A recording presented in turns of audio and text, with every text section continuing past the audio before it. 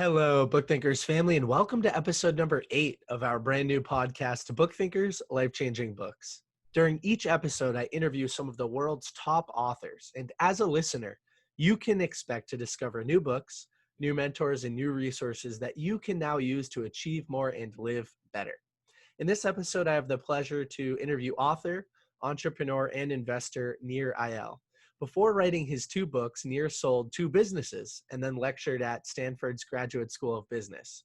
He writes, he consults, and he teaches about the intersection of psychology, technology, and business.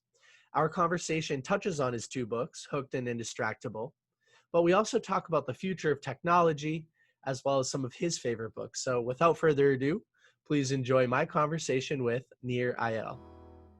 Nir, thank you so much for joining us today. I've read 2 of your books, and I know the BookThinkers family is going to be very excited to listen to this. Thank you so much. I've been following you for quite a while now on Instagram, and I appreciate you bringing attention to authors' work. Thank you. Yeah, you're very welcome. And so let's dive right in. It's my understanding that you were a lecturer in marketing, and then you sold a couple businesses before you turned into an author. So what did that journey look like for you, and why did you decide to pick up a pen or get on a keyboard and start writing your first book? Yeah, so I've always enjoyed, not always, but starting in high school, I would say I always enjoyed and appreciated good nonfiction, and I remember. I'm English is not my first language, as you can probably sometimes tell, but in high school, I had a great teacher who was so bad. It was the football coach who taught my English class, and he was so bad at teaching English that he basically gave up. And all we basically did was read periodicals. And so like that was actually my favorite class, because he would like bring in the day's paper or Time magazine. This is well before the internet. And we would just read like opinion pieces and then talk about it. And I just love that. I just thought, wow, a well-written 1,000-word op-ed can really change minds. And I thought that was just so special. And so when I went to college, I was a journalism minor, and I thought I was going to go into some form of journalism, but then one day I I saw we had in the journalism department, they had this job board, and I was looking through all the jobs that you could get straight out of college. And then they had the salaries posted next to them, $16,000 a year, $21,000 a year. And I said, oh my God, no way. There's no way I can survive. So I decided to put that on hold for a while, and didn't write again for years and years and years. And fast forward to 2007, I was at Stanford Business School, and I helped co-found a company that was in the advertising and gaming space. And this was 2007. So this was before the Apple App Store existed. That was launched in 2008. Apps meant Facebook apps. That's what people meant when they meant app. When they said apps, it was Facebook apps. Remember like the days of throwing sheep at each other and all these stupid games that people used to play on Facebook. And so those were some of our clients. And I had this front row seat to watch the rise of some of these very trivial, silly apps that were built, in a weekend, and somehow had millions of people using them overnight. That had never been done before. And I had many friends who were working at companies like Twitter and Facebook and Instagram and Slack and WhatsApp, and I got the opportunity to watch these companies being built. And what fascinated me about these companies was how effective they were at changing habits, at changing consumer behavior, at building the kind of products that people use because they wanted to, not because they had to. And that kind of sounds silly today because products are so well made online. But you got to remember, back then, the big complaint, the thing that everybody complained about, was that why are computers only for nerds and geeks, right? Why can't anybody make a personal computer that is actually usable to the rest of us? And fast forward a few years, and the iPad comes out and the iPhone comes out. And now all of a sudden, we got our wish. The downside, of course, is that we got our wish, right? That, as Sophocles said, nothing vast enters the life of mortals without a curse. And so the curse of these amazing technologies that are so usable, that are so user-friendly, that are so fast and so well designed, is that sometimes we go overboard. But at the time, for the first book, for Hooked, my goal was to figure out ways to codify what these companies were doing so that it wouldn't just be the gaming companies and the social media companies using these techniques. My dream was, well, why can't we use the same techniques and technologies and psychology to make all sorts of products habit forming, right? What if we could make exercise habit forming? What if we could, facilitate saving money through an app? What if we could make the kind of software that people use in the workplace to make them more productive into a habit? What if we could, use various healthcare products like, patient adherence, people actually taking their medication or using a medical device? Huge problem. Millions of people die every year because they forget to take their medication or use a device because it's not a habit. And so that was kind of the idea, was what if we could use those techniques for good? And so it took me a little while to write the book. It wasn't published until 2014. But in between there, I started, we started that company. That company was acquired in 2012. I had some time on my hands. The company was acquired and I was trying to figure out what to do next. So I started blogging because I wanted to know these techniques and yet didn't find, a codification of them. And so I just started writing about it. I was looking for a book on how do you build habit forming products, couldn't find it, so started to write about it. Blogged here and there and really enjoyed it, kept blogging, started getting some good feedback from readers and syndication from various publications like TechCrunch and various online publications.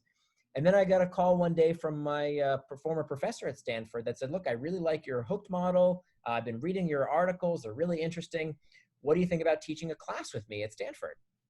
Okay, that sounds fantastic. And he was very generous. Baba Shiv, wonderful neuroscientist, who gave me carte blanche to design this class with him. And I taught that for many years as a lecturer in marketing at Stanford. And then moved over to the D School, the design school at Stanford, taught there for several years. Then published Hooked in 2014. And then started to think about the other side of the coin, right? So if Hooked is about how do we build good habits, Indistractable is about how do we break bad habits. And so that's what I've been doing since Hooked was published, was trying to dive into the other side of the equation. How do we understand the psychology of why we do things against our best interests? Why do we do things that sometimes are bad habits? And how do we break those bad habits? Well, I love that introduction, and it helps me to understand a little bit more about what led to the two books, because as you just mentioned, there are two different sides of the same coin. And so it's very interesting that you chose to do that. And so as far as Indistractable, let's start off with something that I thought was fascinating. And I think that this will be a fun little story for you to explain to everybody. You said in the book that boredom drives distraction, and that studies show that people would actually rather shock themselves and experience pain than sit in a room by themselves and do nothing.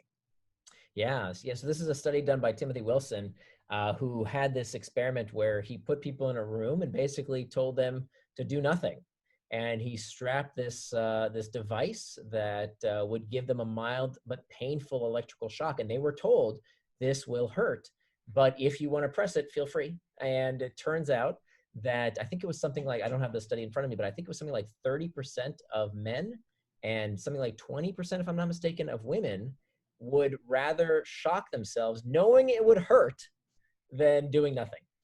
And I think this study is really illustrative of the root cause of distraction, because as much as we like to blame the devices, the pings, the dings, Facebook, Twitter, the iPhone, all these technologies, first of all, distraction is nothing new. Plato talked about it 2,500 years ago. He called it akrasia, the tendency to do things against our better interests. So was not invented with our devices. And more importantly, it points to the fact that most distraction does not start from outside of us. It's not just about the pings, dings, and rings. Most distraction begins from within. That most distraction is a desire to escape discomfort. That's why one of the slogans of the book is time management is pain management. Because fundamentally, if we don't understand that, and this is what drives me crazy about all the books I read about time management and productivity, they all give you these cheap life hacks. that none of them work. And let me tell you, I've read just about every book out there on this topic. None of that stuff works if you don't first and foremost understand what is the discomfort you are trying to escape, whether it's watching too much news, drinking too much booze, scrolling through too much Facebook, watching too much football. Any of that stuff can be a distraction if you do not understand why you are using these things to escape your mind. If you don't know how to deal with those uncomfortable sensations, something will distract you no matter what you do. That is always the first place to start, mastering the internal triggers. Because look, procrastination, distraction, a lot of people think that it's a character flaw, it's a personality type, that there's something wrong with them. Rubbish. It's not true. That's a self-limiting belief. It's simply that people don't have the habits to deal with discomfort in a healthy manner, so they impulsively reach for something to take their mind off of that uncomfortable feeling, the stress, the anxiety, the uncertainty, the fatigue, whatever it might be. They reach for something to fix that, as opposed to learning healthy ways to deal with that discomfort, so that it leads them towards helpful actions as opposed to harmful ones. I love the idea of helpful actions. And another big line from the book says that the antidote to impulsiveness is forethought. And so, can you talk a little bit about what the next step is once you're able to accurately identify what the real problem is? Yeah, so I think that motto is probably the summary of the book, that the antidote to impulsiveness is forethought. Because as sinister as we think these distractions are, and how people say, oh, the world is so distracting these days, and how, how can we focus when all these technologies are trying to hijack our brains? It's all, first of all, it's all rubbish. It's these kind of headlines are written, ironically enough, to get you to click on them, because it's written by media companies who monetize your eyeballs, right? Whether it's the Wall Street Very Journal true. or the New York Times or, lifehacker.com. All these companies make money by selling your attention to advertisers. So of course they want the most sensational thing they can find. The research does not show that this is true. Some people are actually addicted, just like some people get addicted to alcohol. That doesn't mean that everyone who has a beer with dinner is an alcoholic, clearly. And the same thing goes with these technologies. We're not all addicted. We are simply distracted. So the thing that we all have as a species, that is this miracle of evolution, is that the human race can do something, among many things, better than any other creature on the face of the earth, which is we can see into the future better than any other animal. We can predict what is going to happen with greater fidelity, with greater accuracy than any other animal on the face of the earth. And so we need to use that superpower, because here's the thing: there is no distraction that we cannot overcome with a bit of forethought. No algorithm, no sinister plan to get us distracted, to make us watch something or scroll something, cannot be overcome if we simply plan ahead. Because if you wait till the moment, right? If the chocolate cake is on the fork, you're going to eat it.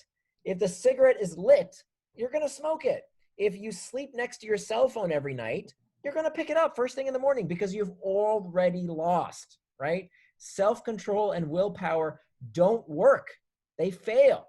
The antidote to impulsiveness is forethought. It's about planning ahead. It's about having a system in place, so you don't have to spend any self-control and willpower. The decision almost becomes automatic for you. Well, so how do you put that system in place? What are some of the pieces to the puzzle that can help you avoid some of those distractions? Yeah. So the part that took me the longest in writing this book was to filter out the 4 fundamental strategies, right? There's so much great research out there that unfortunately barely sees the light of day, right? Trapped up in academia, and almost nobody reads these studies. But there's a lot of great research out there. So what I wanted to do was to categorize all the research around attention, distraction, procrastination into these 4 fundamental strategies. So number 1, we talked about a little bit, is mastering the internal triggers, that realizing that most distraction and procrastination begins from within.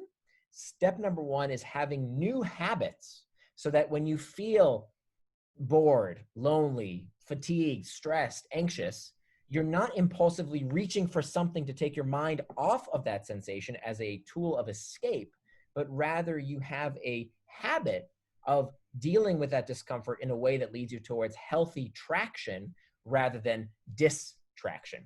So that's the first section of the book, is about how do you master the internal triggers. And that has to be step one. None of the other life hacks and techniques and tricks work if you don't do that first. Step number two is about making time for traction. Another one of the important slogans from the book is, you cannot call something a distraction unless you know what it distracted you from. That so many people out there do nothing but complain about how distracted they are. And yet when you say to them, wait, what was on your schedule today? What did you get distracted from? Oh, nothing. Right? I didn't have any plans. Well, you can't moan about getting distracted if you can't tell me what you got distracted from. So that means we have to plan our day. And this kind of kills me, because of all the techniques in the book, this is the one people most don't want to follow.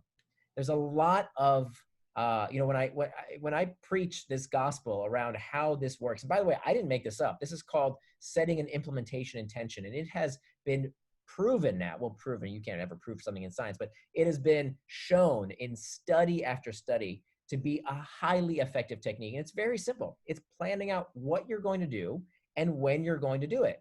And yet, I think maybe 1 in 1,000 people, when I tell them the secret is to plan your day, it's in one ear, out the other. And here's why.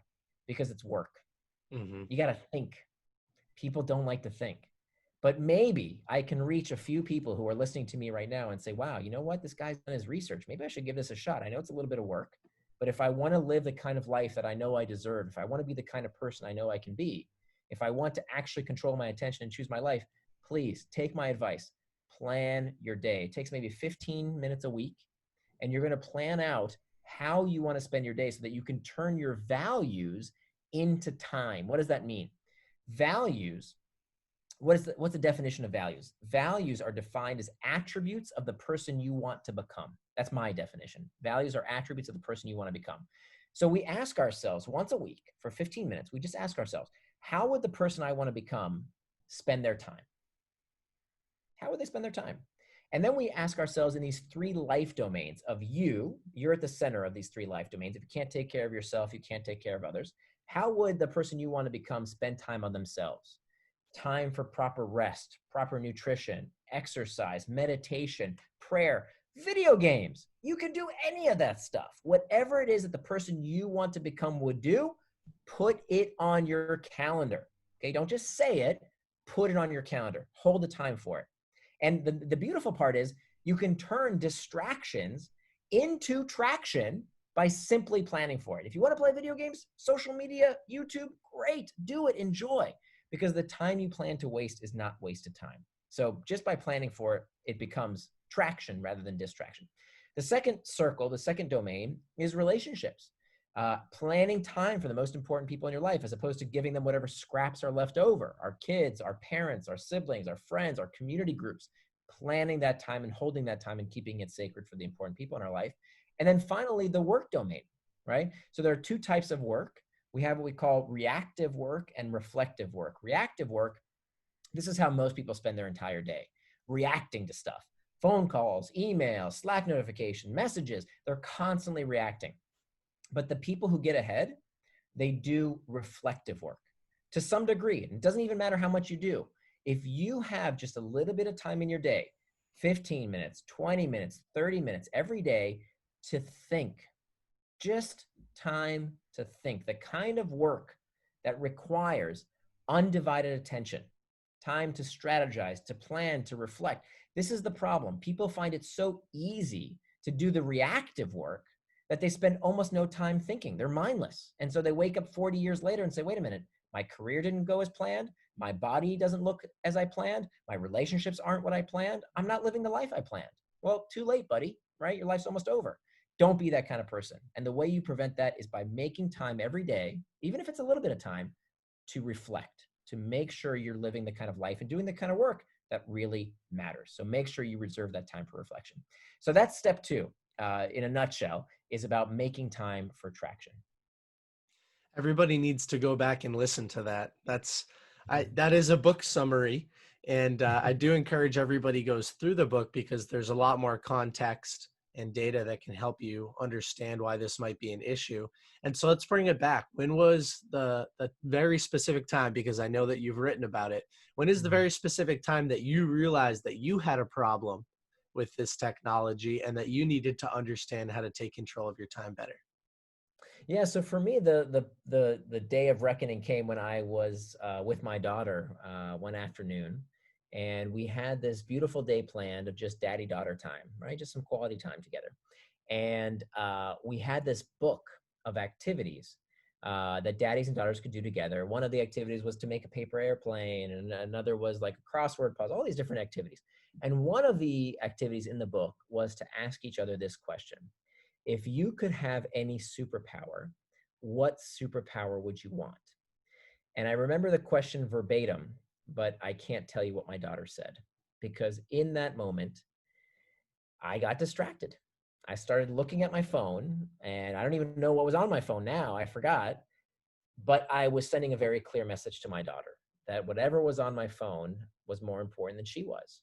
And by the time I looked up from my phone, I realized that she had left the room and she decided to play with some toy outside. And I realized that I had blown it. I had messed up this perfect daddy daughter moment and I had let her down.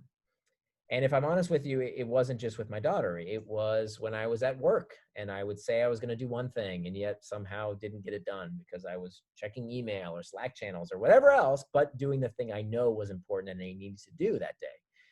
With my body, with my physical health, right? I would say I would exercise, but I didn't. I would say I was definitely going to eat right, but I wouldn't.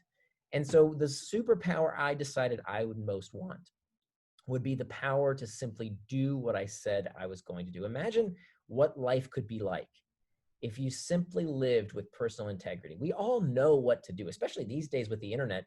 If you don't know what to do, just Google it. I promise you, somebody has written an article online, probably for free, that you can access. Worst case, you can buy a book for a few bucks that's basically going to tell you how to do whatever you're looking to do. So we can't claim ignorance anymore. The problem is no longer that we don't know what to do. The problem is we don't know how to stop getting in our way. We don't know how to do the things that we say we are going to do. And unfortunately, I think the world is full of flaky people. And I was one of them. I mean, I was patient zero here. I used to be clinically obese. I've always struggled with self-control and willpower, not doing what I said I was going to do. And unfortunately, I think there are a lot of people out there that are flaky, like I used to be, and they flake on their relationships, they flake on their friends, they flake on their jobs. Nobody wants to hire those people. Nobody wants to be in relationships with those people. Flaky people suck. And so what I'm trying to do is to help people do whatever it is they say they're going to do. I'm not here to tell you what your value should be. I want to help you do whatever it is you say what is important to you. That's my goal. Oh, it's a very important story, and it humanizes you as the author, because you're not just saying, I'm an expert in this field, so I'm going to tell everybody how to live the perfect life, just like the one that I have.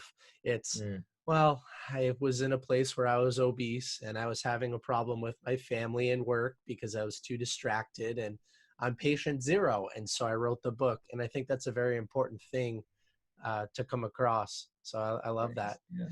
Yeah. And that's Let's, that's always been my MO, by the way. I mean, when I write, with the same with Hook too, I only write, some people write a book when they know the topic, and that's never been my style. I write because I want to know, right? That's why it takes me a long time to write these books is because I don't, I read everything on the topic, and look, most of the time that solves my problem. I'll read somebody else's book and I'll say, oh my gosh, that's great advice, I'm going to do that. But once in a while, right, like my pace so far has been every 5 years, I have a problem. I can't find a book that solves the problem. I try other techniques and it doesn't work. And definitely happened with distraction. I read every book that said, oh, technology is melting your brain, and stop, get rid of your iPhone, stop using social media. But that didn't work because the problem wasn't the technology. I would find some other way to get distracted. I would organize my desk. I would take out the trash. I would, find every excuse to not do what I said I was going to do, because the problem, of course, wasn't the technology. So I was looking for a tech positive way that actually gets to the psychology, the deeper reason why we get distracted. And so, yeah, that is really what it took for me to change my own behavior and change my life. I mean, today, I'm 42 years old. I've never been in better physical shape. I've never had a better relationship with my wife and my daughter. I've never been this productive in my life as I am today from a work perspective.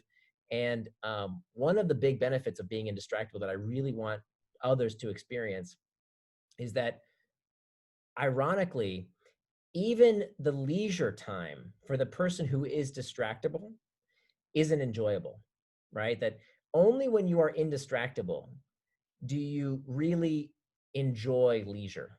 Because what used to happen to me, I would come home from work and I would, I just want to watch some Netflix. I just want to, like, play with my daughter, just relax. And yet I would feel guilty about it because there's all this stuff I hadn't done. Whereas today, when I come home and do whatever it is I want to do, that is exactly what I planned, right? That is, the time you plan to waste is not wasted time. If I want to go on Facebook, it's in my calendar, right? If I want to putz around on YouTube or Reddit or whatever, that there is a time for that. And so I can do it without guilt. And so I don't feel like I'm not filling up to my obligations, because anything else other than that would be a distraction, because it's exactly what I planned. That's actually a problem that I've faced at certain points in the last few years. And it comes and goes sometimes. You need to refresh these skills. And so I'll find myself defaulting to work instead of leisure because Mm. I don't want to feel guilty. I know my task list and the things that I want to accomplish in order to be more fulfilled are a million miles long. And so that's something that I've faced. And let's there are two more things that I want to talk about. One of them is the future. And so as companies continue to adopt your hooked model and perfect it, and there will be more technologies to help support that model, and there will be more technologies that grab our attention faster and quicker and keep us there longer. It's so important to understand the principles of this book. And so do you think it'll become more relevant as time progresses? Yeah, for sure. I think the world will become a more potentially distracting place. And ironically enough, that is a good thing. Remember, we want these tools to be good, to be interesting, right? Should we tell Netflix, hey, Netflix, can you stop making your shows so interesting? I want to watch them all the time. Hey, Apple, the iPhone is so user friendly. Can you please make it not so quite easy to use? Because I use it too much. That's never going to happen. That's not a problem. That's progress. We want technologies to facilitate the behaviors that we ourselves want to do.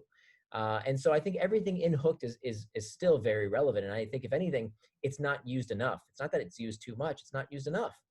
Think about, interacting with government services, the enterprise software, the kind of crappy software you have to use at work, local businesses. I mean, the kind of products that we use online for these examples, they don't suck us in the way that Facebook and Twitter do. No, they just suck. So I hope that we can use these techniques that I described in my first book to make these type of products better, the kind of products that we use because we want to, not because we have to. On the other side of this is that also means that the world is becoming a more potentially distracting place. And we haven't even really begun. I mean, if you think about, the potential of virtual reality, augmented reality, or just plain old reality, I've seen a spike in book sales since COVID, because people are more anxious now, right? So what do people do when they're more anxious? They're more distractible. They're looking for escape from the uncertainty, the stress, the anxiety. They're looking for escape. So for a lot of people, it's doing things that they later regret: drinking too much, watching too much news, putzing around, watching too much TV. There's all kinds of distractions. And so they're looking for solutions. And then you couple that with the fact that now so many people are not working from an office, which means that the routines that we used to have in our life, the structure, is gone. And we know that when we don't have structure, we don't perform at our best. We are much more likely to get distracted when we don't have structure in our day. And so that's kind of created this perfect storm of distraction. When I wrote the book, and it was published back in September, I thought the world was distracting. Now it's only gotten more distracting. So I think it's even more necessary. I mean, I'm so glad I learned these techniques, because I think I've had a much easier time getting through this very rough, distractible patch, because I can use these techniques myself. But that being said, I want to emphasize something real quick, that being indistractable doesn't mean you never get distracted. Okay, I made up the word, so I can define it any way I want, right? So being indistractable means you strive to do what you say you're going to do. Okay, not perfect. I still get distracted from time to time. When there's big changes in my life, you have to reassess. Okay, how do I reallocate my time so that I do what I say I'm going to do? What do I want to do? That takes a little bit of work, especially when your life is in flux. The difference, though, between someone who is distractible and someone who is indistractable is that the indistractable person learns from when they got distracted and does something about it. So Paulo Coelho has a wonderful quote. He said that a mistake repeated more than once is a decision. And I think that's such a profound quote because, many of us choose to be distractible. Because if you keep getting distracted by the same things again and again, if you keep getting distracted by Facebook and Instagram, how many times do you get distracted before you do something about it? You're making a choice to be distracted, right? Okay, the news got you again, right? Like, True. we can do something about this. And that's the difference, because what an indistractable person understands why they got distracted, and they put systems and structure in place to make sure it doesn't keep happening again and again. Hmm. I really like that.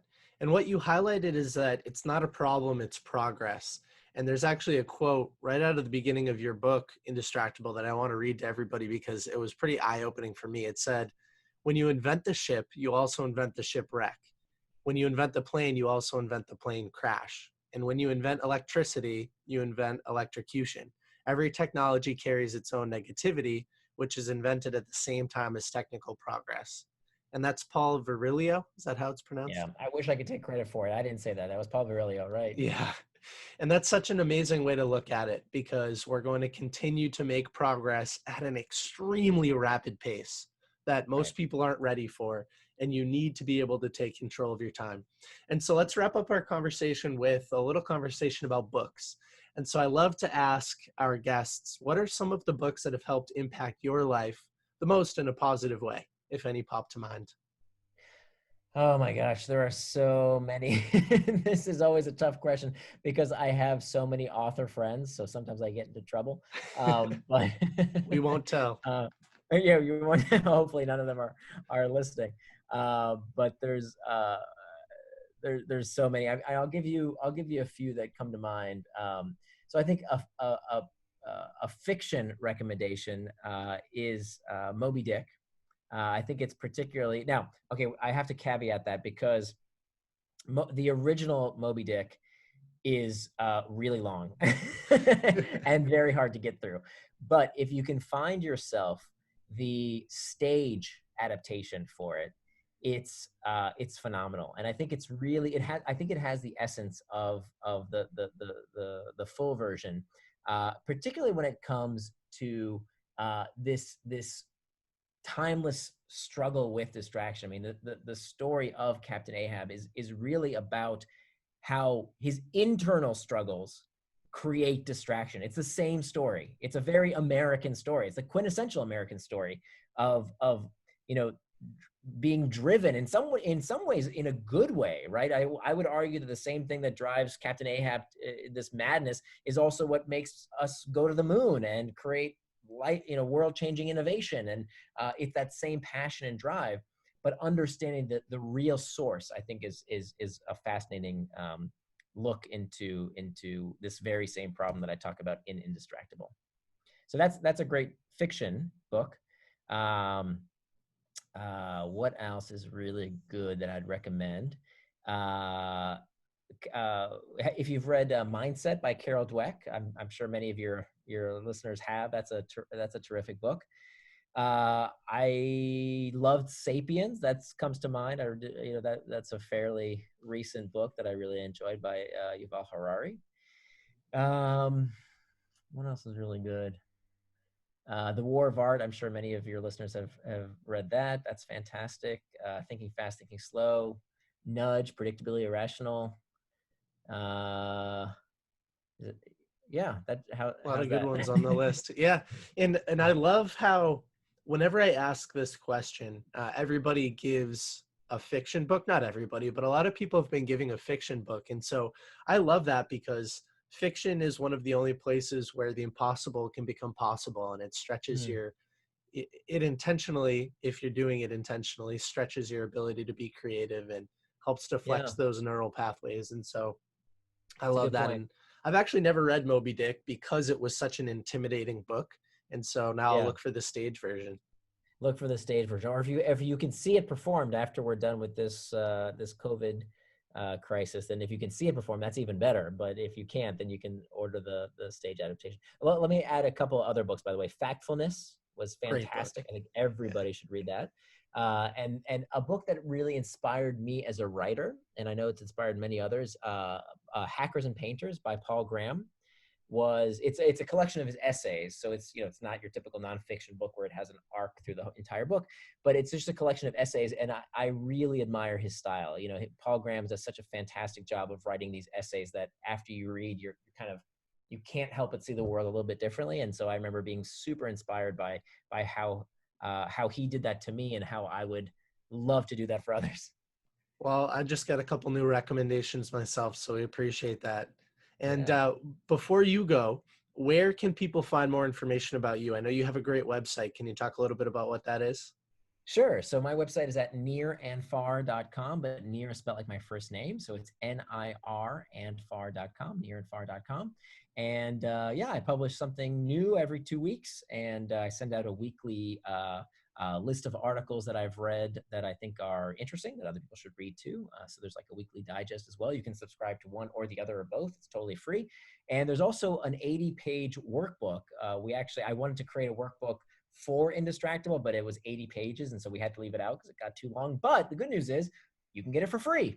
You don't have to go on Amazon. You can go to nirandfar.com, and there's an Indistractable workbook that anyone can go get, and it will help you on your journey to becoming indistractable.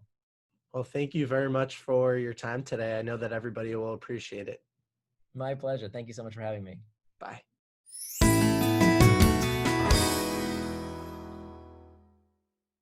If you've made it this far, thank you so much for listening to my conversation with Nir. I really do believe that we're the average of the 5 people that we spend the most time with. So if there's somebody in your network that you could help elevate by sharing this episode, please do. It only takes 60 seconds or less, and it could change their life, maybe your life as well. And so before I go, I want to remind everyone that BookThinkers is both an online community and educational technology company that enables readers to achieve more and live better.